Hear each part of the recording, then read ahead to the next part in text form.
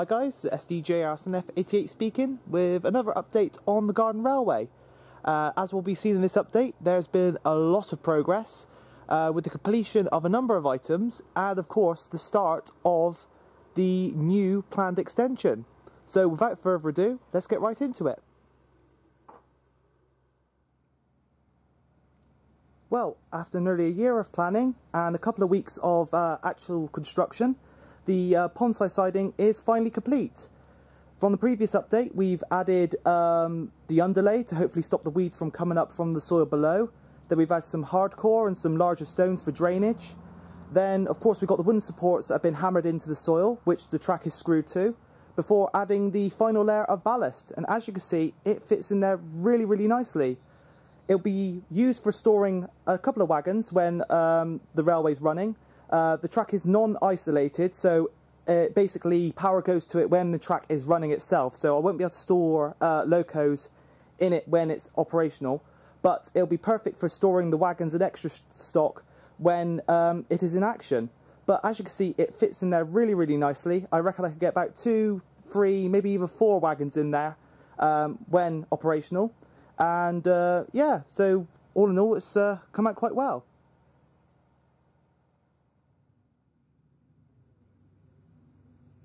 The newly constructed station, as can be seen, has really come on in leaps and bounds since the previous update.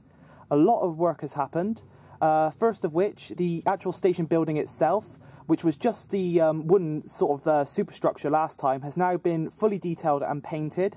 I basically sprayed it over with the textured spray paint that I used for the platform itself, and it was then painted white. Some felt have been added to the roof, and it looks really, really effective. It really does look the part. We've also added a glass window to the window itself, which I then put a window frame around and painted green, along with the door. The door has been also created, sort of giving the effect of sort of a wooden plank door. That has been created using coffee stirrers, and really does look effective once all painted up. The fence you see on the platform edge there, that is actually a combination of lolly sticks and coffee stirrers, and I'm really, really pleased with how it has come out once it's all been painted up. The signs you see there, they are actually been created in a Word document, and then on top of that I've just printed them off onto photo paper, and they look really, really good. Of course, the station won't be outside all year round, so I can sort of temporarily use these signs on there because it won't be outside when it's wet. I can't imagine they would survive very long out in the weather, and of course the lolly sticks as well, I imagine they would deteriorate quite quickly. But all in all, I'm really pleased with how it's looking so far. I may add a few more little details like flower pots and a platform bench and maybe even some figures at some point, but I'm really pleased with how it's looking, and it fits in very, very well with the surrounding scenery. Oh, one thing I forgot to mention, which you can clearly see on the station sign there itself, is the station does have a name, Valley View, and I got this idea mainly from all the lovely comments that I've seen during the running sessions of the Garden Railway, saying what a lovely view there is in the background, so it was only natural to name the station Valley View. So yeah, I'm really pleased with how it's looking so far. A few more details possibly to add to it, but all in all, it's pretty much nearly done.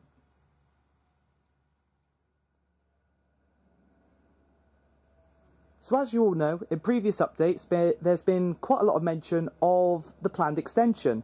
So I wanted to sort of give you guys a sort of insight into what the track will look like when it is been placed in the garden.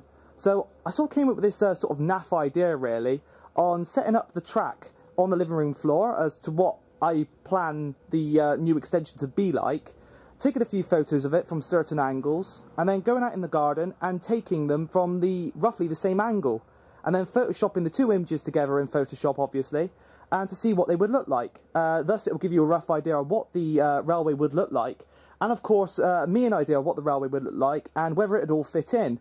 And surprisingly, the images came out very, very well, as you can see here, and it really does give a rough, well, good rough representation of what the extension will look like when complete.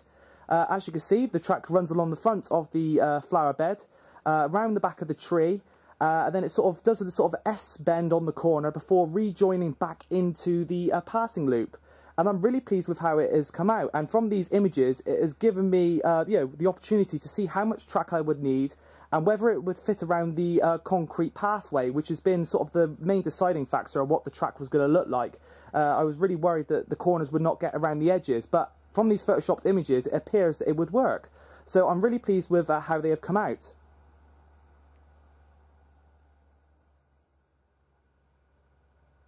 With all that said, progress on the actual extension itself, the real physical extension, as you can see, has actually started, and it has really come on in leaps and bounds. And from those previous images, I hope you can see the similarities between the planned images and the actual progress so far. So as you can see, we've got the what will be the cutting along the front there. Some stones from the centre of the rockery have been moved to the edge, which is going to provide the supporting wall for the track. The great thing about this section compared to the previous embankment that's on the current part of the layout is that it won't require concreting in because the track is gradually going into the cutting and the soil and the lawn is coming up to meet it. So there's not really much of a height difference. So really we're just creating a rockery which will just basically hold the track bed in place.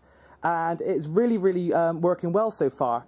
You can just see in the distance there, you can see where the track is planning, it's just about a cut behind the tree there. You can see there's some bamboo sticks which show the basic route of the track.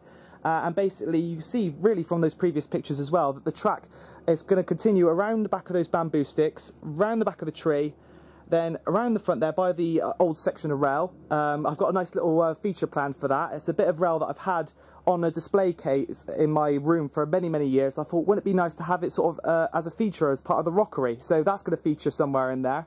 And then the track basically curves around the front and then joins back on. And that's basically the next line of work, is really just digging it all out, because mostly this section of the garden is higher than the actual track bed. So basically the whole centre here is going to be raised up, and there's going to be lots of nice shrubs and other plant work and other things that are going to go in there, of course the rail as well, creating a nice little rockery. And then the track will be basically in a cutting around the outside, and hopefully, if all goes to plan, it will look as good as the images. I'm really pleased with the work so far. The next point of work is going to be ripping up the passing loop which we've got so far. Basically, as mentioned, I really need to get around to isolating the track. So basically I can run multiple trains and have one train parked in the station while another one continues on around the track. So basically I need to lift up all of the passing loop, take off some of the fish plates and put in the isolating fish plates, get the switch box. And then, of course, while that is all up, I can then add the two sections of points, one there and one there, which will then lead on to the loop as it is. So, all in all, it's coming on well, and hopefully, in the not-too-distant future, we'll have a fully operational extension to the line. So anyway, this has been SDJR, SunF88 speaking, and thanks for watching.